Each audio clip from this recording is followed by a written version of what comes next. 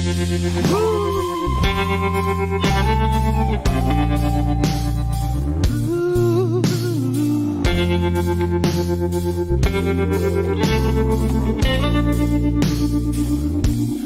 dia a gente aprende a confiar em um Deus que faz milagres, que ouve a nossa oração, que se faz presente aqui. Um dia a gente aprende a dar um passo só de cada vez, mas sem duvidar,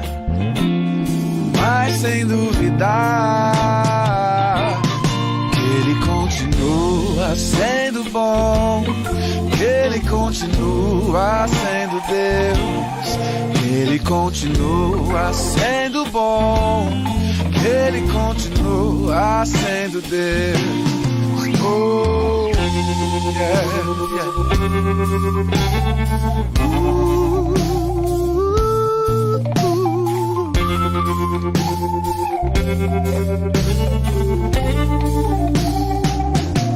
Então chega o dia de viver tudo que se aprender e a enxergar até o que não se pode ver. Chega o dia de entender, até ouvir o não de Deus, mas sem duvidar, mas sem duvidar, que Ele continua, que Ele continua sendo Deus, que Ele continua sendo bom, que Ele continua sendo Deus, que Ele continua sendo bom, que Ele continua sendo Deus, que Ele continua sendo bom, que Ele continua sendo Deus. Oh.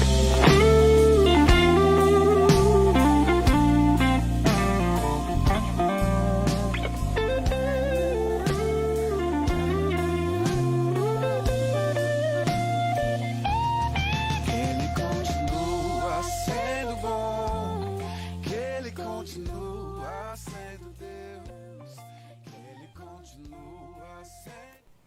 Boa noite, irmãos, graça e a paz do nosso Senhor Jesus. Mais uma vez, onde podemos estar aqui para louvar e engrandecer ao nome do Senhor. Vamos estar louvando nessa noite com o hino Até que Ele Venha, de missões. Que nesse momento os irmãos possam estar ligados no Senhor. Estamos estudando o livro de Paulo, e ele foi um grande exemplo de missionário do Senhor, que levou a palavra do Senhor onde quer que ele estava, na prisão, na sua caminhada. Que possamos também, nesse momento, mesmo mais ou menos aprisionados em casa, que possamos estar levando a palavra do Senhor, ajudando, estendendo a mão àquele que necessita, porque o nosso papel é transmitir o reino de Deus aqui na terra. Que possamos estar transmitindo esse reino às pessoas que tanto necessitam sentir essa presença maravilhosa do Senhor. Amém? Vamos estar louvando?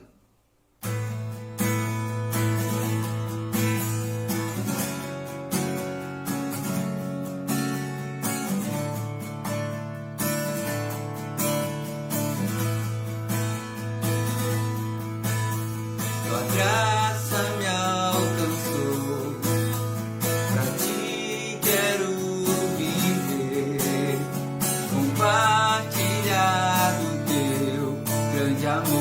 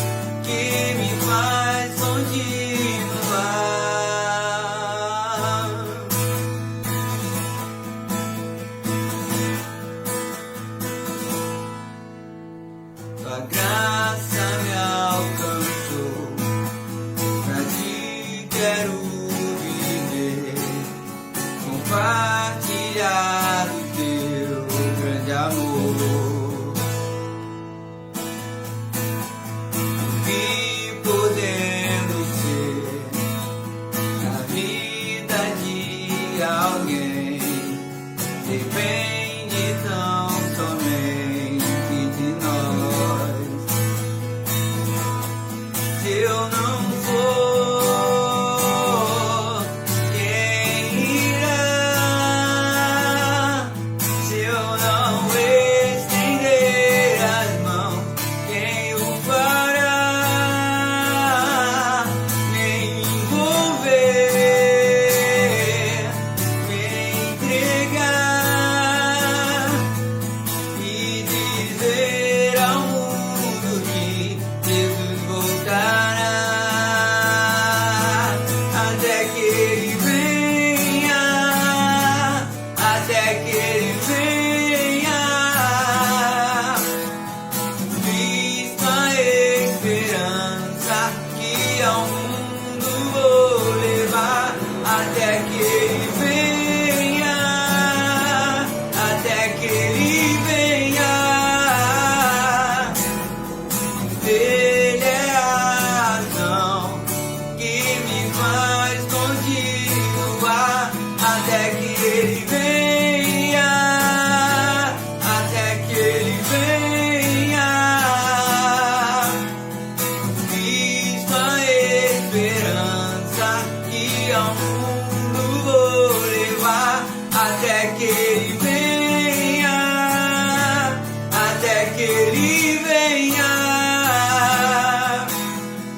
Ele é a razão que me faz continuar.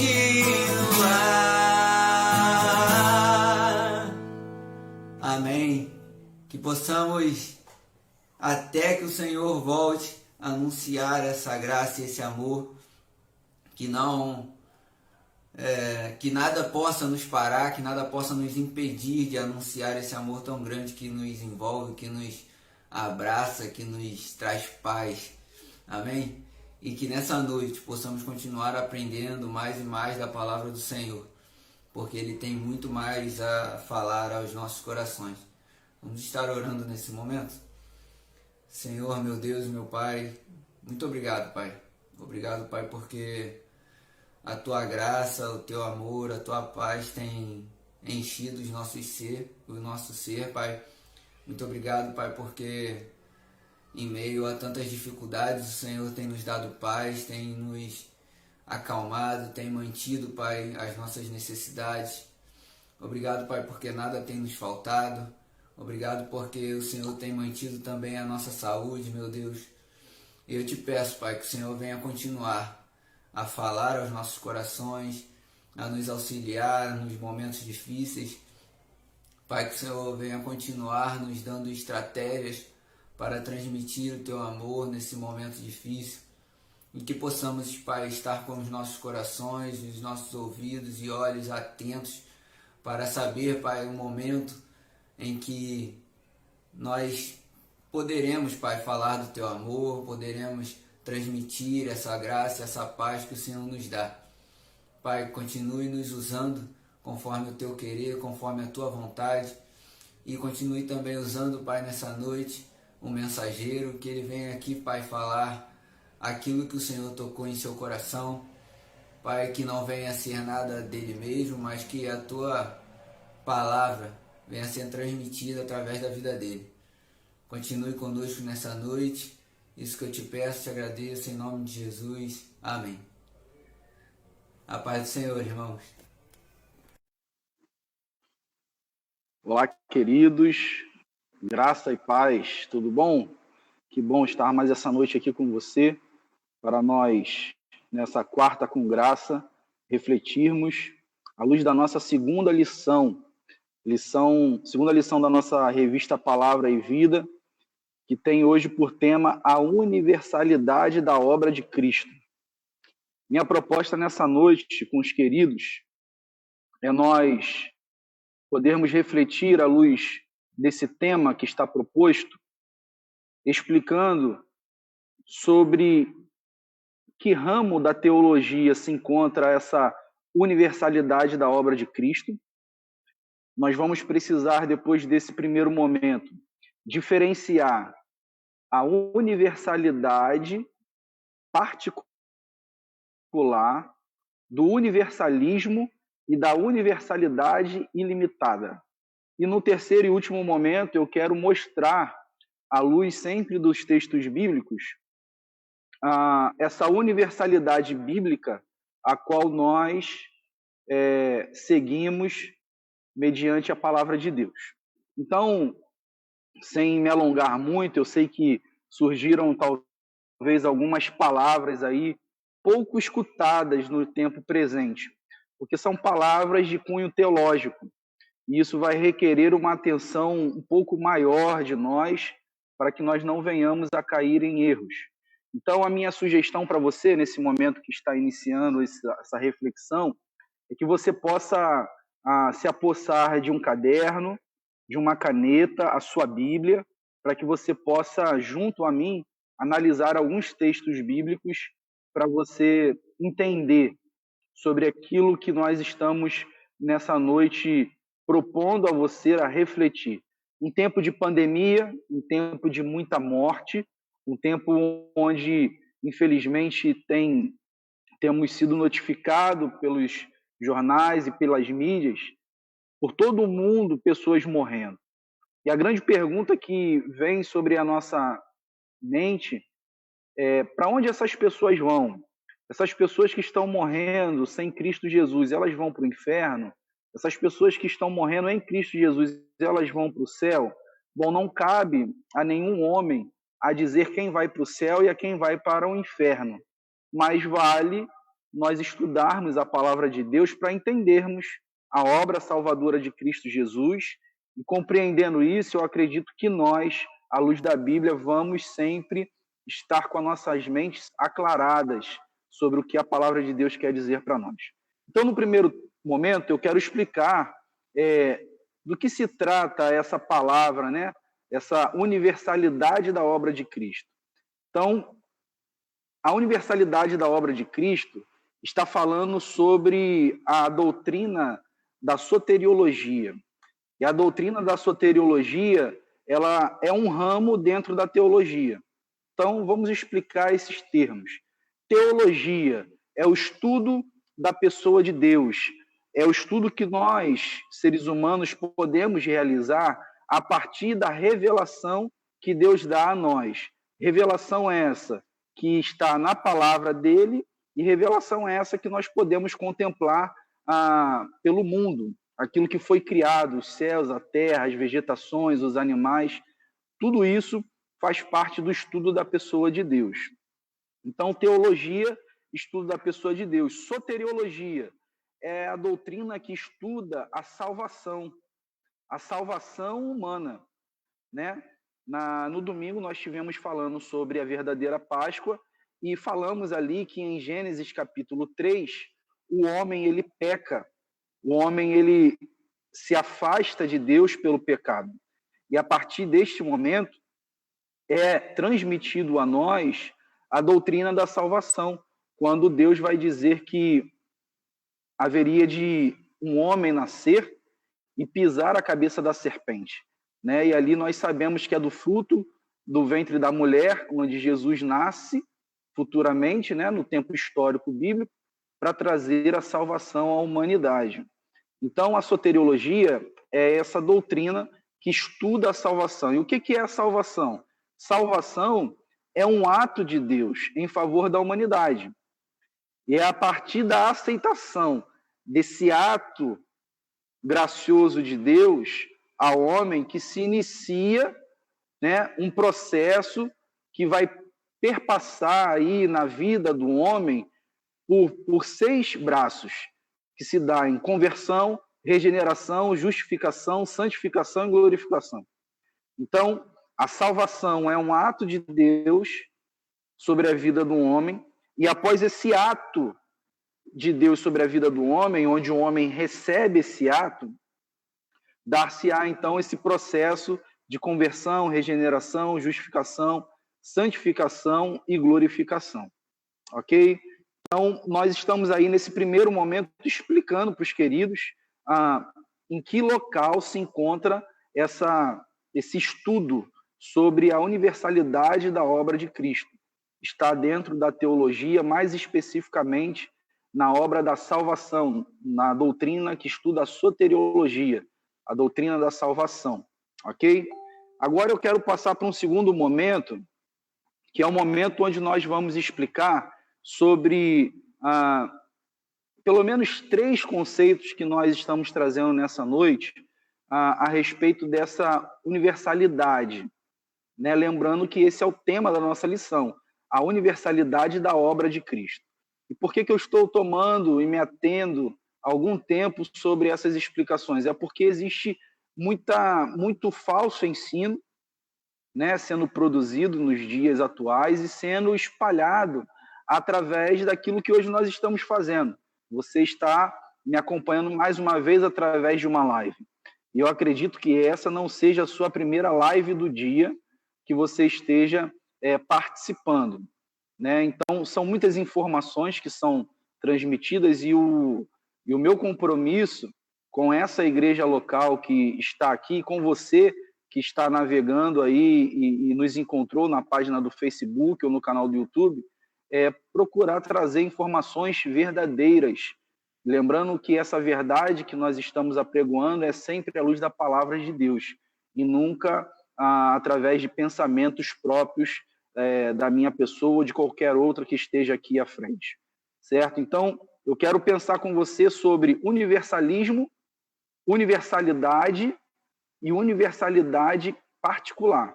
Então, são 3 termos que se ramificam. E o meu desejo aqui é trazer para você essa compreensão. O universalismo, ele defende a tese de que Deus quer que todos os homens sejam salvos e cheguem ao pleno conhecimento da verdade.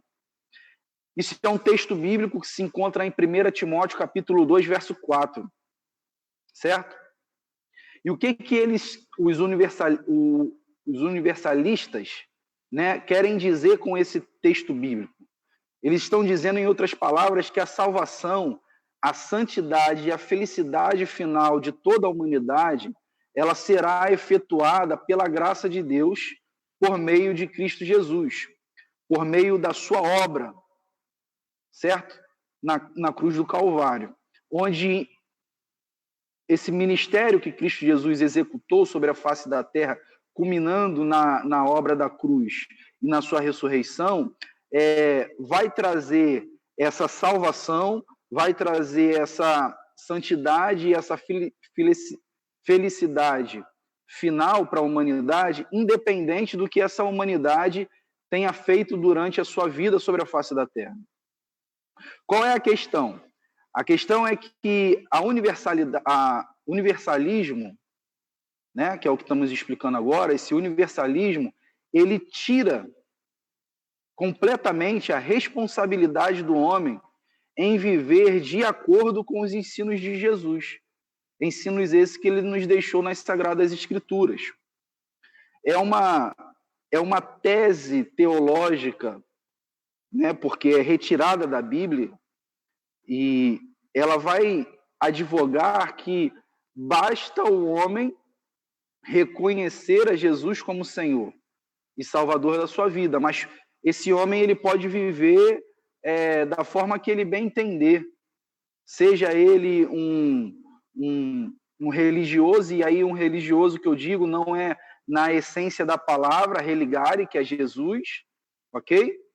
É um religioso simplesmente de cumprir regras propostas por uma denominação, por uma seita. E isso não é a verdade. O próprio Senhor Jesus ele vai dizer para nós, nas Sagradas Escrituras, que nós precisamos entender a obra e o ministério dele sobre a face da terra.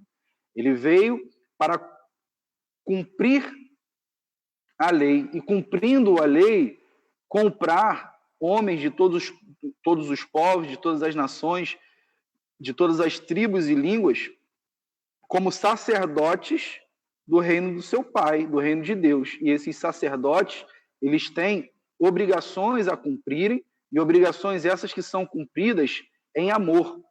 É uma obediência amorosa, uma obediência que nós cumprimos para com Deus, entendendo que é para isso que ele nos formou, para isso que ele nos gerou, ok? O próprio texto a qual os universalistas usam ele é incoerente. E aí fica um dever de casa para você, 1 Timóteo capítulo 2, o verso 4, que eles pegam para fazer essa afirmação. Porém, se você ler toda a carta de Paulo a Timóteo, lembrando que é uma carta onde já o velho apóstolo Paulo, o experiente apóstolo Paulo, está escrevendo para ensinar o seu filho na fé e o novo pastor Timóteo, que está à frente da igreja de Éfeso e que precisa ser orientado pelo seu pai na fé e o experiente apóstolo Paulo, ok? Então fica aí um dever de casa. Você dá uma lida no capítulo, não só o capítulo 2 de 1 Timóteo, mas em toda a carta, assim como a segunda também.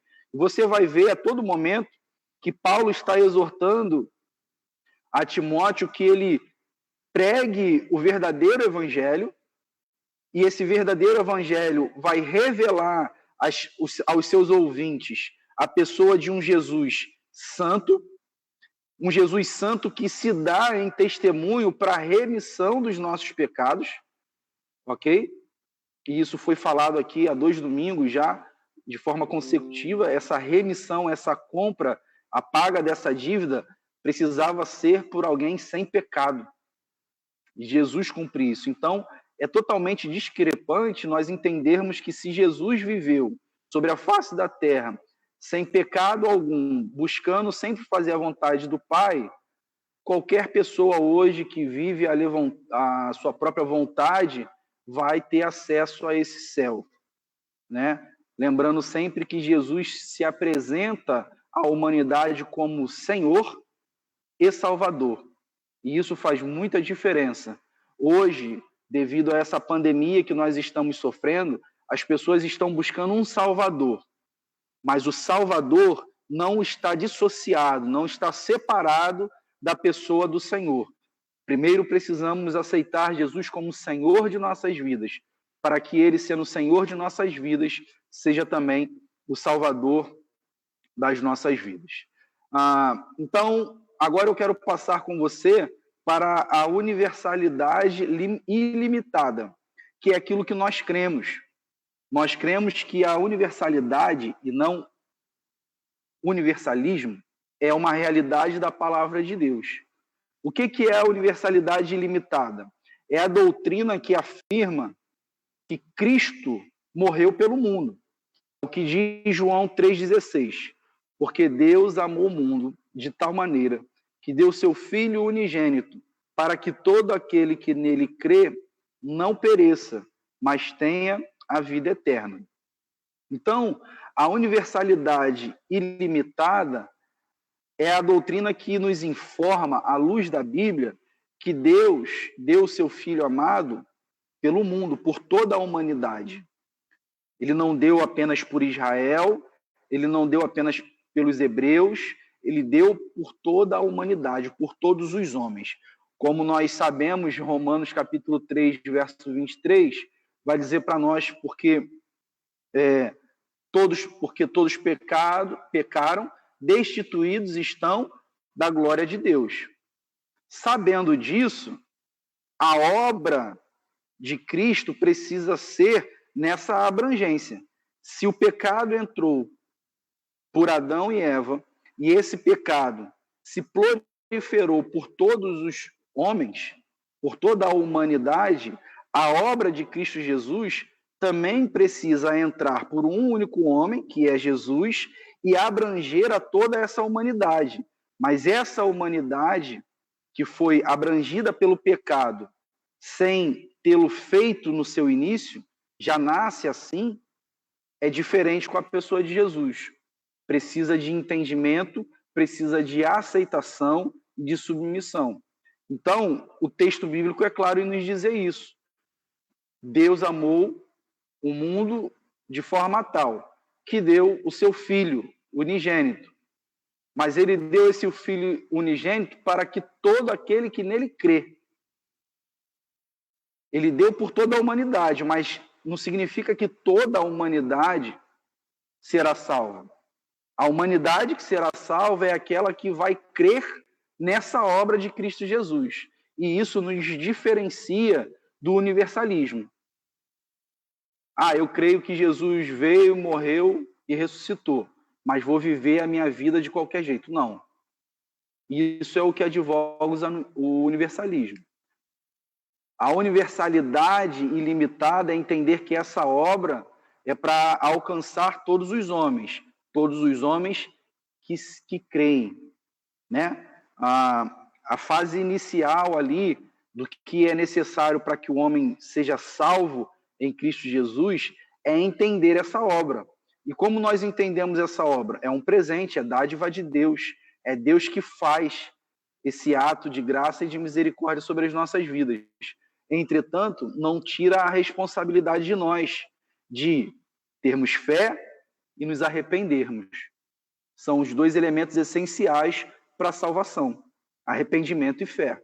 Você se arrepende do quê? Dos seus pecados, das suas más obras, e a partir desse arrependimento, você tem fé. Fé que Cristo Jesus veio ao mundo, morreu, ressuscitou, está à destra do Pai e voltará para nos buscar. E se ele vai voltar para nos buscar, esse arrependimento e fé promove em mim uma vida que vai glorificar o nome do Pai. Certo? Então, a universalidade limitada, ela está dentro desse texto, assim como de muitos outros, ok? Assim como de muitos outros. Mas eu quero citar esse, que é um texto muito conhecido, talvez nem sempre muito entendido, mas muito conhecido de todos, que é João 3,16. Ou seja, nesse sentido, nós estamos diante da universalidade, uma universalidade que ela é ilimitada, mas sendo ilimitada, ela é qualificada. Certo? O que faz essa universalidade ser ilimitada? A expiação. A expiação do pecado é ilimitada. Mas essa universalidade ela é qualificada. E o que qualifica ela? O crer, o ter fé e se arrepender, e seguir as Sagradas Escrituras. Ou seja, é aquilo que o Senhor Deus deixa para nós enquanto ele está cumprindo o seu ministério. Eu estou falando da pessoa de Jesus, ok? Jesus é Deus. Então, o Senhor Jesus deixa para nós. E o que ele deixa para nós? As suas últimas instruções, se você quiser assim pegar de forma mais literal e mais prática, você pode olhar, por exemplo, Mateus capítulo 28, do verso 19 e 20. É o Senhor Jesus mandando ir por toda a terra para pregar a palavra de Deus e fazer discípulos de todas as nações. O mesmo se repete em Marcos capítulo 16, do verso 15 ao 16. O único livro histórico do Novo Testamento também traz esse relato no capítulo 1, no verso 8. Atos capítulo 1, verso 8 também diz isso. Que eles deveriam ficar ali até que eles fossem revestidos do poder do Espírito Santo sobre as suas vidas, e depois eles seriam testemunhas por Samaria, Judéia, Jerusalém, até os confins da terra, ok? Então, tendo em vista que a obra salvadora de Deus não anula a responsabilidade humana de ter uma vida de obediência, as Sagradas Escrituras também não vai limitar. Então, nós nem somos abrangentes no sentido que todo mundo vai ser salvo no último dia, mas também não vamos limitar quem vai ser, que é o que preconiza e advoga a universalidade particular. A universalidade particular defende que a expiação ela é limitada. Se a expiação é limitada, a salvação é limitada. Ou seja, Jesus morreu apenas em favor daqueles que são eleitos por Deus. A universalidade particular ela vai defender que apenas os eleitos serão salvos, onde pode-se observar uma limitação de pessoas, certo? Previamente escolhidas por Deus para a salvação, algo que contraria totalmente as Sagradas Escrituras. Fica meio incoerente você entender uma universalidade particular, onde Deus só quer salvar os eleitos, se ele vai dizer durante todo o Evangelho, se ele vai levantar o próprio apóstolo Paulo, que é o tema desse trimestre, né, o estudo a respeito da vida do apóstolo Paulo. E o nosso irmão Rodrigo informou-nos aqui na última quarta-feira com graça que Paulo ele foi levantado como um apóstolo aos gentios. E aí é muito interessante, se você quiser fazer um exame das Sagradas Escrituras, daquilo que eu chamo de 3 contra 3. O que é 3 contra 3? Nós temos 3 colunas na igreja primitiva, que é a igreja que está propriamente dita apregoando o evangelho de Cristo Jesus aos judeus. Quem são esses? Tiago, Pedro e João. Tiago, Pedro e João são aqueles que vão apregoar a palavra de Cristo Jesus, os ensinos de Cristo Jesus aos judeus. Paulo, Barnabé e Tito são aqueles que foram levantados e reconhecidos pela igreja para pregar a palavra aos gentios. São 3 contra 3 que eu chamo. Então, você pode observar já por aí que essa universalidade particular, ela não é compatível com as Sagradas Escrituras. Ok? Então, eu espero que essas informações que eu trouxe para vocês possam ter, de alguma forma, aclarado essa ideia da obra, da universalidade da obra de Cristo. Ok? A universalidade da obra de Cristo é para a salvação da humanidade, mas essa humanidade precisa entender quem é Cristo, crer na pessoa dele, se arrepender dos seus pecados e, arrependendo dos seus pecados, ter uma vida de fé. E aqui eu sempre tenho falado para os irmãos que essa fé não é uma fé onde nós ficamos apenas trabalhando ela na nossa mente sobre perspectivas futuras. A fé que temos em Cristo Jesus é uma fé que nos move a cumprirmos com as boas obras que foram preparadas para que nela nós andássemos, de forma que nós possamos apalpar a nossa fé. Então, eu tenho fé em Cristo Jesus, eu sei que ele morreu na cruz do Calvário, ressuscitou ao 3º dia, subiu, está ao céu, enviou o Consolador e em breve virá para me buscar. Enquanto ele não vem me buscar, enquanto esse tempo não se cumpre, dele vir me buscar ou eu ir ao encontro dele, eu vou cumprir em fé a obra que ele deixou proposta para mim sobre a face da terra. E que obra é essa? É a obra de adorar, glorificar, exaltar, manifestar o reino de Deus sobre a face da terra. De que forma? Fazendo discípulos de todas as nações. Fica também aí um texto bíblico para você poder examinar a respeito dessa fé, que eu digo que é uma fé materializada, uma fé palpável, João capítulo 15, quando o Senhor Jesus apresenta para nós a videira verdadeira sendo ele, o Pai o agricultor, e nós os ramos que estamos nele e precisamos dar muitos frutos. Frutos esses que nos fazem glorificar ao Pai e nos identificar como verdadeiros discípulos de Jesus, ou seja, seguidores de Jesus. Ok? Então, dado essa explanação, eu quero fazer aquilo que eu chamo do último passo dessa lição, que é meditar com você sobre texto bíblico, certo? Um texto bíblico que vai trabalhar essa questão dessa universalidade ilimitada, qualificada. Então, eu convido você a abrir a sua Bíblia em Efésios, capítulo de número 2. Nós vamos ler do verso 1 ao verso de número 10 e vamos aqui expor de forma bem rápida aquilo que está trabalhando esse texto bíblico sobre essa universalidade que eu chamo de universalidade como obra de Cristo, universalidade bíblica, universalidade ilimitada, qualificada. Tá bom? Efésios, capítulo 2. Abre a sua Bíblia lá comigo. Nós vamos fazer a leitura desses versos para que a gente possa ter uma compreensão daquilo que o Senhor quer tratar os nossos corações nessa noite. O texto bíblico diz assim: Ele vos vivificou, estando vós mortos nos vossos delitos e pecados, nos quais andaste em outro tempo, segundo o curso deste mundo, segundo o príncipe do poder do ar, do espírito que agora opera nos filhos da desobediência.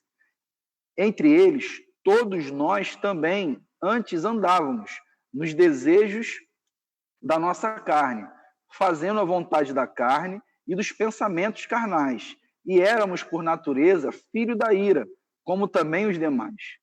Deus, porém, que é riquíssimo em misericórdia, pelo seu muito amor com que nos amou, estando nós ainda mortos em nossos delitos, nos vivificou com Cristo. Pela graça sois salvos, e nos ressuscitou com ele, fazendo-nos assentar nas regiões celestiais em Cristo Jesus, para mostrar nos séculos vindouros as abundantes riquezas da sua graça, pela sua benignidade para conosco em Cristo Jesus. Pois é pela graça que sois salvos, por meio da fé, e isso não vem de vós, é dom de Deus. Não das obras, para que ninguém se glorie, pois somos feitura sua, criados em Cristo Jesus para as boas obras, as quais Deus preparou para que nela andássemos de antemão. Amém? Então, esse é o texto bíblico. É interessante nós vermos que nesse capítulo 2 de Efésios, que Paulo está escrevendo essa carta à igreja, ele vai falar para nós, nesses primeiros versos aí, que ele nos vivificou. Paulo vai usar a segunda pessoa do plural para dizer para nós, ou para nos informar, que a obra vivificadora de Deus sobre os gentios, ela acontece sobre os gentios, que é a igreja de Éfeso, mas também acontece sobre os judeus, porque Paulo é judeu. Paulo é judeu, hebreu de hebreu, ok? Fariseu, circuncidado corretamente. Paulo tem todos os predicados para se colocar fora dessa vivificação, mas ele não coloca-se. Pelo contrário, sabendo que existe um problema nessa igreja, que é uma igreja gentia, igreja de Éfeso, qual é o problema dessa igreja? Existem alguns, eu vou destacar apenas aquilo que é importante para hoje. Havia judeus que haviam se convertido ao cristianismo, mas queria colocar uma carga de judaísmo sobre a vida dos cristãos gentios, como a circuncisão, né, como a salvação fosse algo específico apenas para os israelitas, para os judeus, e não era. Então, Paulo está trabalhando esse problema na igreja, e nesse capítulo 2, trabalhando a respeito dessa problemática, a primeira palavra que ele usa é: ele vos vivificou. Quem que ele vivificou? Se vivificou, ele está dizendo automaticamente que estavam mortos. E quem estavam mortos? Tanto os judeus quanto os gentios. Ok? Por isso Paulo está usando essa segunda pessoa do plural. Também nesse capítulo nós podemos observar que no decorrer dessa leitura que nós fizemos do 1 ao 10, o que Paulo trabalha aí é uma mudança de posição. Ele começa relatando que as pessoas estavam mortas. Essas pessoas estavam mortas, ele diz por que essas pessoas estavam mortas e como se deu essa morte, que não é uma morte física, é uma morte espiritual, para culminar lá no verso 10, dizendo que essas pessoas que estavam mortas foram vivificadas para que elas possam estar agora numa nova posição. E que posição é essa? É a posição de andar nas boas obras a qual Deus preparou. Isso é o que nós lemos, ok? Então, vamos observar isso um pouco mais de perto. Primeiro, precisamos entender que essa afirmação de Paulo em dizer que nós fomos vivificados não tem outra significância a não ser que nós estávamos mortos. Então, ela não se refere apenas a uma ausência de vida física, não. São pessoas que estão vivas fisicamente, mas se encontram mortas na esfera espiritual, estão longe, estão afastados de Deus. como já falamos aqui sobre Romanos capítulo 3, 23, certo? E aí é interessante nós compreendermos que Paulo, ele diz que está morto, e só depois que ele fala que estamos vivificados em Cristo Jesus, é que ele vai dizer que em Cristo Jesus nós vamos cumprir com aquilo que estava proposto para nós, que é andar nas boas obras. Então, o que eu estou querendo dizer aqui? A obra, a universalidade de Cristo sobre as nossas vidas é uma obra que só vai promover uma vida de caminhada sobre boas obras quando nós aceitamos a Jesus como o único, suficiente Senhor e Salvador das nossas vidas. Enquanto isso não era feito, e aí eu quero refletir de forma bem breve com você, que quando Paulo está dizendo aqui a respeito de gentios, a palavra que ele usa aqui é a palavra theos. E essa palavra grega, ela é traduzida por aqueles que não conhecem a Deus. Não é pessoas que não têm um Deus, é pessoas que não conhecem ao Deus verdadeiro. Em outros textos bíblicos de Atos, você vai ver Paulo indo apregoar a palavra, e lá haviam vários deuses feitos, ok? Inclusive um altar para o Deus desconhecido. Então, os gentios não eram pessoas que não conheciam deuses, eles não conheciam o Deus verdadeiro. O que significa isso? É simples, é você entender que uma pessoa sem Deus, ela pode praticar boas obras. Boas obras no que tange à humanidade. Dar comida, dar afeto, dar carinho, isso é algo que qualquer pessoa pode fazer. Inclusive uma pessoa que não que não tem Jesus como Senhor da sua vida, que não é salvo em Cristo Jesus, que não foi regenerado. Pode fazer, pode ter uma vida moralmente aprovada, civilmente aprovada, familiarmente aprovada, e isso não significa que essa pessoa está viva diante de Deus. Porque uma pessoa viva diante de Deus é aquela que reconhece a universalidade da obra de Deus, que é uma universalidade limitada, mas qualificada, que nos qualifica como filhos de Deus, mediante a fé, mediante a crermos em Cristo Jesus e a vivermos em união com Ele, ok? Então, Lucas 6, 33 a 34 vai dizer: e se fizerdes bem aos que vos fazem bem, que recompensa tereis?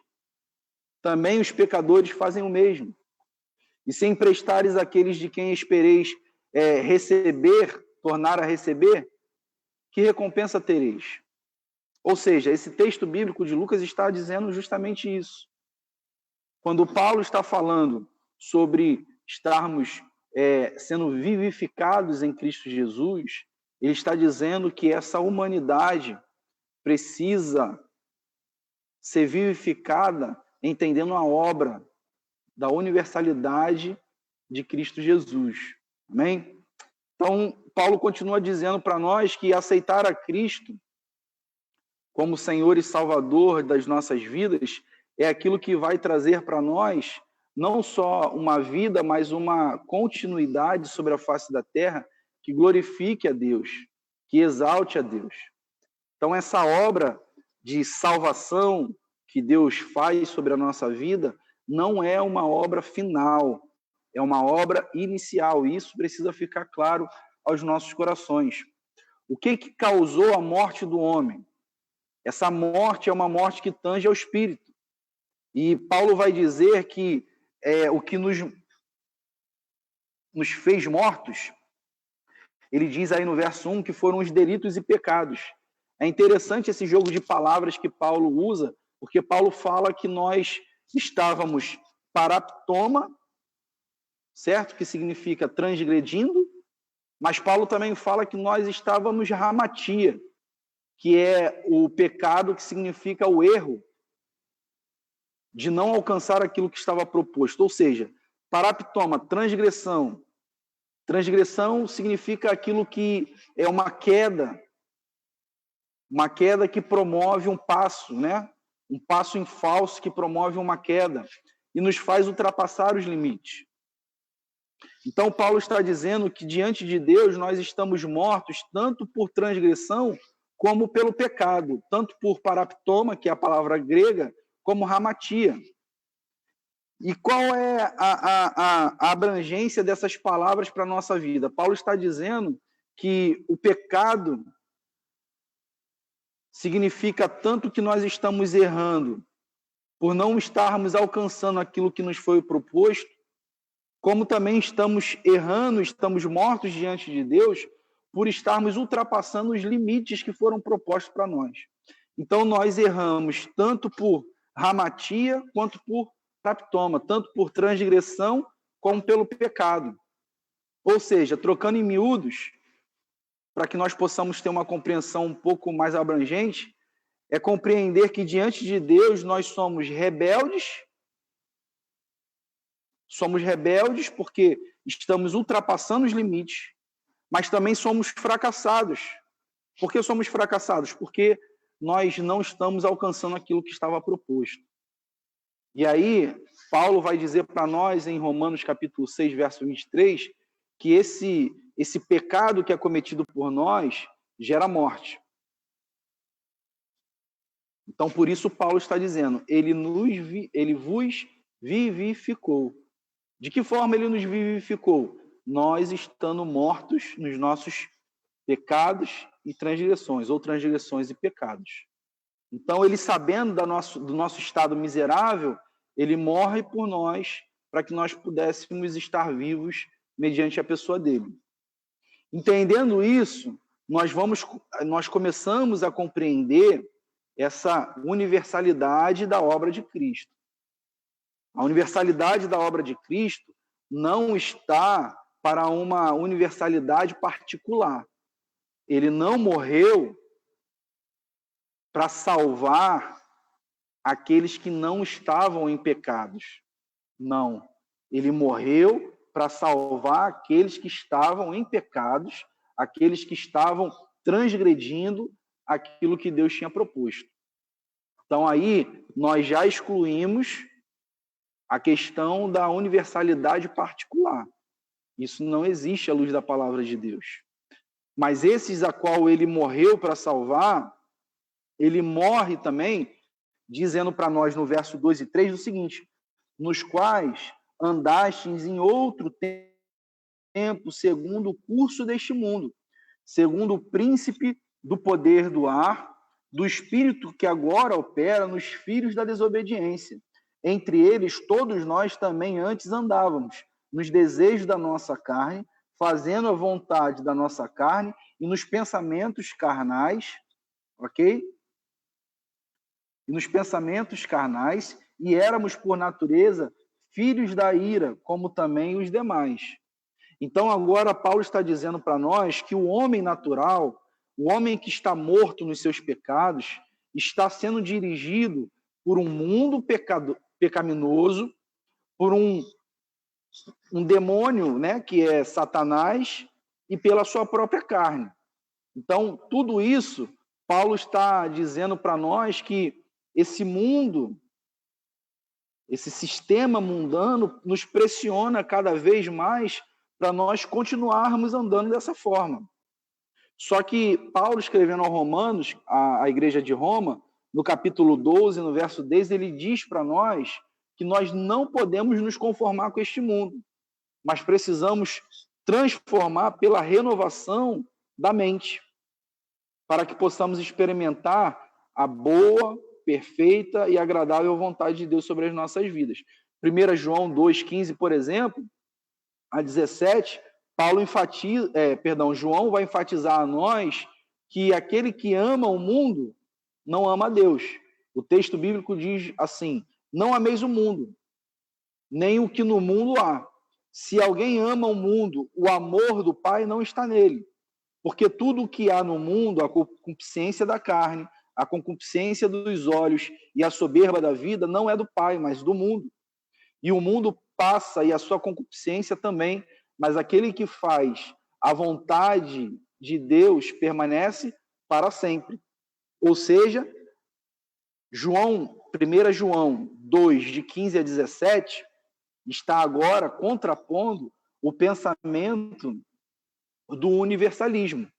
Por quê? Porque não é todo mundo que vai permanecer para sempre, mas aqueles que fazem a vontade do Pai, esses permanecem para sempre.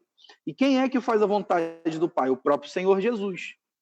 O próprio Senhor Jesus vai dizer para nós que ele não veio para ser servido, mas para servir. Em outro momento, o próprio Senhor Jesus diz para nós que o Pai trabalha até agora, e ele também. O próprio Senhor Jesus vai dizer que nós, enquanto seus discípulos, seremos assim reconhecidos se fizerdes aquilo que ele nos manda, à luz da sua palavra, dos seus ensinos. Então, no texto de Efésios, capítulo 2, do 1 ao 3, nós já contrapomos os pontos que advogam tanto a universalidade particular quanto o universalismo. E eu faço questão de você estar com a sua Bíblia aberta, acompanhando isso tudo, para que você veja que isso não são ideias da minha cabeça. E aí eu faço questão também agora de ressaltar os textos bíblicos que eu li aqui. Romanos capítulo 12, verso 2, 1 João capítulo 2, do verso 15 ao 17. Ok? Vamos dar continuidade ao nosso estudo? Bom, Paulo está nos ensinando tudo isso e ele fala que o diabo, que é ele que trabalha nos filhos da desobediência, é ele que atua nos filhos da desobediência. O diabo, ele é um inimigo invisível, mas é um inimigo real. E a realidade do diabo sobre a vida da humanidade é manifesta justamente na desobediência. Seja ela uma desobediência por transgressão, ou seja ela uma desobediência por hamatia. Sempre lembrando isso. Ok? A desobediência faz nos reconhecer quem está comandando a vida de determinada pessoa. Nós precisamos, enquanto essa universalidade ilimitada, mas qualificada da obra de Deus, sermos os filhos da obediência. Porque é essa obediência que testifica quem é aquele que está sobre domínio das nossas vidas. Ok? E é a pessoa do nosso Senhor e Salvador Jesus. Então, sabendo que o Satanás, o diabo, ele é o padroeiro dos desobedientes, ele é o padroeiro porque primeiro ele se rebela contra Deus. Ezequiel vai dizer isso, Isaías vai dizer isso também. E os homens que assim também procedem, também se familiarizam a pessoa de Satanás, ok? E aí é interessante você entender sobre essa obra de Satanás para que você possa compreender essa obra salvadora de Cristo Jesus sobre a sua vida. Então, João capítulo 10, 10 vai dizer que Satanás ele é ladrão, que ele é assassino e que ele é destruidor. Ou seja, qual é a obra de Satanás? A obra de Satanás, segundo João 10, 10, é matar, roubar e destruir. Então, quando nós compreendemos de forma errônea e pregamos um universalismo, certo? Dizendo que você pode viver do jeito que você quiser, no final das contas, está tudo resolvido, Jesus já fez o que você não poderia fazer e está tudo certo. Eu estou roubando, certo? De você a verdade. Eu estou, de alguma forma, tomando a sua possibilidade de viver mediante as obras, as boas obras que Deus preparou para que você vivesse, e eu estou matando você. Por quê? Porque se eu não te apresento o verdadeiro evangelho, eu sou assim um assassino. Porque Jesus é a verdade e a verdade é Jesus. E sendo Jesus a verdade, ele não só se apresenta como a verdade, mas como o caminho e a vida. E se eu não te apresentei a verdade, eu não te apresento o caminho, eu também não te apresento aquele que é a vida. Você continua morto. Percebe como é muito fácil nós estarmos familiarizados a pessoa de Satanás e assim cumprindo com a obra dele sobre a face da terra. Mas é interessante que João 10:10 continua dizendo para nós que essas são as obras de Satanás. Porém, a obra do Senhor Jesus para conosco é que nós tenhamos vida e vida em abundância. E vida em abundância não é apenas um pensamento futurístico, onde nós desfrutaremos de uma eternidade maravilhosa, não. A vida em abundância que Jesus veio nos dar é uma vida em abundância que começa a partir da compreensão da palavra de Deus sobre a universalidade ilimitada, qualificada da obra de Cristo sobre as nossas vidas, que veio nos salvar, que veio, mediante a graça e a misericórdia de Deus, nos reconciliar ao Pai e vivermos essa abundância de vida desde esse momento que nós o aceitamos como Senhor e Salvador. Amém? Então, continuando, para a gente não se estender muito, eu vou dar um salto agora já lá para o verso de número 4, do 4 ao 9, quando a gente pode observar a obra, essa obra, né, da universalidade que Deus faz por meio de Cristo Jesus. Então, do verso 4 ao 9, dá uma olhada comigo, diz assim: Deus, porém, que é riquíssimo em misericórdia, pelo seu muito amor com que nos amou. Ou seja, nós somos redimidos através de 4 atividades que Deus realiza sobre as nossas vidas. Ele nos salva das consequências dos nossos pecados, certo? Ele deu a vida do seu Filho pelos mortos, nos libertando de cativeiros, certo? Como nós lemos nos versos anteriores, cativeiros esses, cativeiros mundanos, cativeiros satânicos e cativeiros carnais, não é verdade? E nos dá perdão. Nós estávamos condenados e agora não somos mais condenados, mas somos perdoados em Cristo Jesus. Ou seja, a finalidade, né, a finalidade desse amor de Deus revelado a nós, no verso 4, é tirar essa condição humana de morto, certo?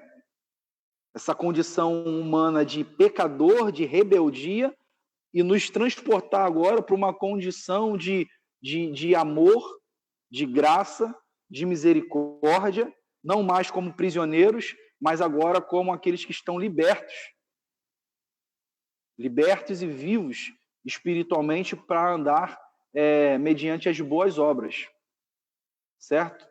Então, o que fica claro para nós? Nós fomos ressuscitados, temos uma nova vida. Antes nós estávamos caminhando em desobediência e agora nós estamos caminhando não só em obediência, mas porque estamos caminhando em obediência, usufruímos da companhia do nosso Senhor e Salvador. Então, o que o verso 4 diz para nós? Primeiro, Deus nos amou. E esse amor que faz parte da natureza do ser de Deus é um amor que, na relação com o homem pecador, ele é transformado em misericórdia e graça. Por isso o texto vai dizer para nós que Deus é rico. Rico em quê? Misericórdia e em graça. E sendo ele rico em misericórdia e graça, ele se revela a nós de forma amorosa, nos trazendo vida. E aí eu deixo alguns textos bíblicos para você poder ler na sua casa, como Lamentações 3:22, Hebreus 3:2, João 1:16 e Tiago 4:6. São textos que vão trazer à tona esse amor de Deus se revelando ao homem pecador de forma misericordiosa e de forma graciosa. Ok? Então, tanto a graça quanto a misericórdia vem a nós por meio do sacrifício de Cristo Jesus na cruz do Calvário. Ou seja, a obra, tá? A universalidade ilimitada, qualificada da obra de Cristo Jesus na cruz do Calvário. É na cruz que Deus demonstra todo o seu dissabor e rejeição pelo pecado, mas também é na cruz que ele mostra todo o seu amor, seu cuidado, toda a sua misericórdia e graça para com o homem pecador. Sem a obra da cruz, sem o reconhecimento da obra da cruz, sem a aceitação e a vivência mediante a fé, a obra da cruz, nós não somos vivificados e assim não recebemos misericórdia e graça sobre as nossas vidas. É interessante olharmos que, uma vez que estávamos mortos, no verso 5 ele diz claramente que nós fomos ressuscitados. Verso 5 diz para nós, de Efésios capítulo 2, estando nós ainda mortos em nossos delitos, nos vivificou com Cristo. Ou seja, ele nos tirou da sepultura espiritual, onde vivia o homem pecador, e de forma poderosa ele realiza uma ressurreição em nós espiritual.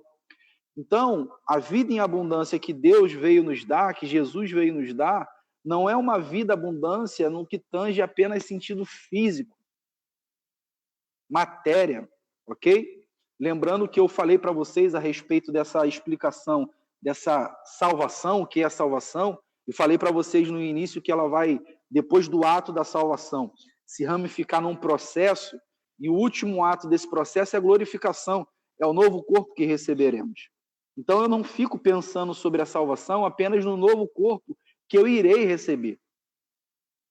A minha alegria de ser salvo em Cristo Jesus está no entendimento de que eu já ressuscitei espiritualmente, porque eu estava morto espiritualmente. Eu estava em desobediência para com Deus. Lembrando que Deus é espírito bom, Deus é espírito perfeitamente bom, que em santo amor criou, governa e sustenta todas as coisas. Ok? Então não adianta eu querer uma matéria transformada, glorificada, se o meu espírito, que é aquilo que vai viver por toda a eternidade, não for ressuscitado. E aqui o verso 5 está dizendo para nós claramente que essa universalidade da obra ilimitada e qualificada de Cristo Jesus sobre as nossas vidas é nos ressuscitar espiritualmente, para que nós possamos andar em boas obras. João capítulo 5, verso 24, o Senhor Jesus vai dizer assim: na verdade vos digo, que quem ouve a minha palavra e crê naquele que me enviou, ou seja, e crê no Pai que me enviou, esse tem a vida eterna. Esse não entrará em condenação, mas já passou, não passará, já passou da morte para a vida. Amém? Então, aí nós podemos perceber essa obra maravilhosa da universalidade da obra de Cristo Jesus sobre nós, né? Uma universalidade que eu sempre estou aqui ressaltando alguns apontamentos que não estão na nossa revista de forma clara, que é a universalidade ilimitada, qualificada da obra de Cristo Jesus. Certo? No verso 6 ele vai dizer da nossa exaltação. Deus não apenas removeu-nos da morte para a vida, ele nos faz agora assentar nas regiões celestiais junto à pessoa do Filho. Verso 6 diz para nós assim: e nos ressuscitou com ele, fazendo-nos assentar nas regiões celestiais em Cristo Jesus. Verso 7, para mostrar nos séculos vindouros as abundantes riquezas da sua graça, pela sua benignidade para conosco em Cristo Jesus. Então, Deus faz essa obra de exaltação sobre a vida daqueles que creem no seu Filho, para que, assim como Jesus passou pelo estado de humilhação, exaltação e posicionamento, nós também, seus filhos, agora comprados pelo sangue do seu Filho unigênito, que é Jesus Cristo, possamos passar por esses mesmos processos. Qual é o processo? Primeiro, o processo de humilhação. Já nascemos mortos nos nossos pecados e delitos. O salmista, no Salmo de número 51 e 58, se não me falha a memória, ele vai dizer isso: em pecado me concebeu a minha mãe. Verdade? Então, o que é isso? É estado de humilhação.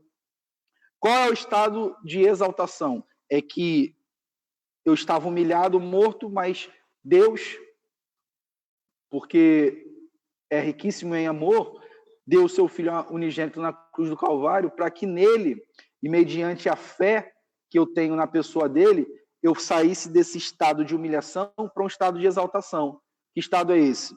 Eu fui ressuscitado espiritualmente e espiritualmente eu estou assentado, ou seja, uma posição agora, certo? Em Cristo Jesus.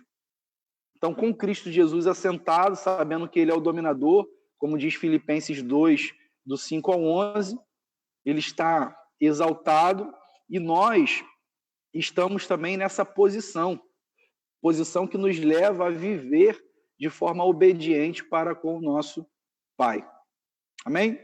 Então, queridos, o texto ele é muito longo e eu não quero aqui ser enfadonho, cansativo aos irmãos. Já são 9 horas e 10 minutos aqui no meu relógio e eu entendo que eu consegui abranger, ainda que não tenha ido até o verso de número 10, como foi feita a leitura, mas eu entendo que eu consegui trazer para vocês, nesse curto texto bíblico, lembrando que não é só esse que fala sobre a universalidade ilimitada, qualificada da obra de Cristo sobre as nossas vidas.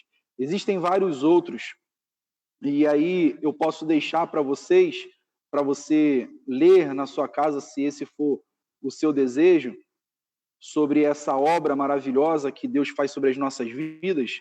Você tem aí Gálatas 2:3, você tem Tito 1:4, 2 Coríntios 8:23, tudo isso falando sobre essa obra, trazendo relatos bíblicos, relatos do livro histórico, por exemplo, de Atos, capítulo 12, 24, 13, 48, 15, 35, sobre tudo aquilo que é obra de Deus, para que essa vontade de Deus, para que todos os homens possam salvar-se, no sentido de ter fé em Cristo Jesus, seja uma verdade. São muitos textos bíblicos que você pode se apossar e fazer a sua meditação. Eu vou deixar aqui alguns textos para você ler, ok? Creio que você está com o seu caderno, com a sua caneta. Mateus capítulo 24, do verso 3 ao 14, ok? 1 Tessalonicenses 3, de 1 a 13. 2 Pedro 1, de 1 a 11. Certo? Atos dos Apóstolos, capítulo 10, do verso 34 ao 48. João, capítulo 17, quando Jesus está fazendo a sua oração ali, e ele ora inclusive por nós, por aqueles que iriam crer na sua palavra, nos seus ensinos. João 17, de 1 a 26. Segunda carta de Paulo a Timóteo, capítulo 1, do 7 ao 14. Gálatas, capítulo 2, do verso 1 ao 10. São textos bíblicos que você vai ler, você vai aí, nesse estudo, conseguir identificar outros pontos que estão fora de Efésios, capítulo 2, de 1 a 10, falando sobre essa obra da universalidade ilimitada, qualificada de Cristo Jesus sobre as nossas vidas. O meu desejo é que você possa ser abençoado por essa palavra, que você possa entender, acima de tudo, essa obra maravilhosa de Deus sobre a sua vida. Nesse momento, nós vamos colocar um louvor, como sempre de costume fazemos, para que você possa meditar nessa letra. Medite nessa letra desse louvor. Nós estaremos assim encerrando com uma oração e que Deus possa continuar falando ao seu coração. Lembrando, próximo domingo pela manhã, 9h30 da manhã, esteja aqui conosco para cultuar a Deus através dessa live, através dessa página do Facebook, do nosso canal no YouTube.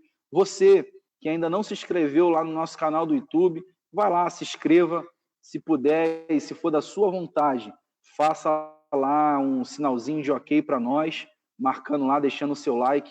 Isso vai ser muito bacana da sua parte, se você desejar, é claro. Tá bom? E também no próximo domingo à noite, às 18 horas, nós estaremos encerrando aí a nossa série de mensagens sobre a Páscoa. Deus te abençoe, que você fique com esse louvor. Farei assim uma oração encerrando o nosso culto nessa noite. Santo e eterno Deus, nós louvamos, nós bendizemos o Teu nome, Senhor. Te agradecemos, ó Deus, porque podemos, à luz da Tua palavra, reconhecer, ó Pai, e ver essa universalidade da obra de Cristo Jesus sobre a nossa vida. Universalidade essa que é ilimitada, mas qualificada.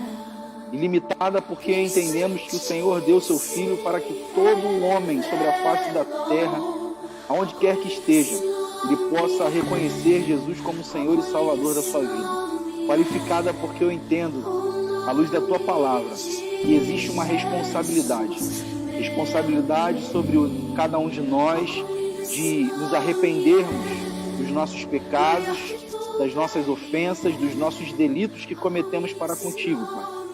Mediante a fé em Cristo Jesus, vivermos de forma obediente, onde estaremos, ó Deus, exaltando, glorificando o Teu santo e poderoso nome. Nós te bendizemos, Senhor, reconhecendo que o Seu nome é maravilhoso, reconhecendo que o Seu nome é lindo, reconhecendo essa obra maravilhosa que o Senhor fez para conosco. Fez para conosco porque o Senhor é riquíssimo em amor e nos amou derramando sobre nós misericórdia e graça. Louvado seja o Teu nome, Senhor. Nós te bendizemos em nome de Jesus, o nosso Senhor e Salvador. Amém.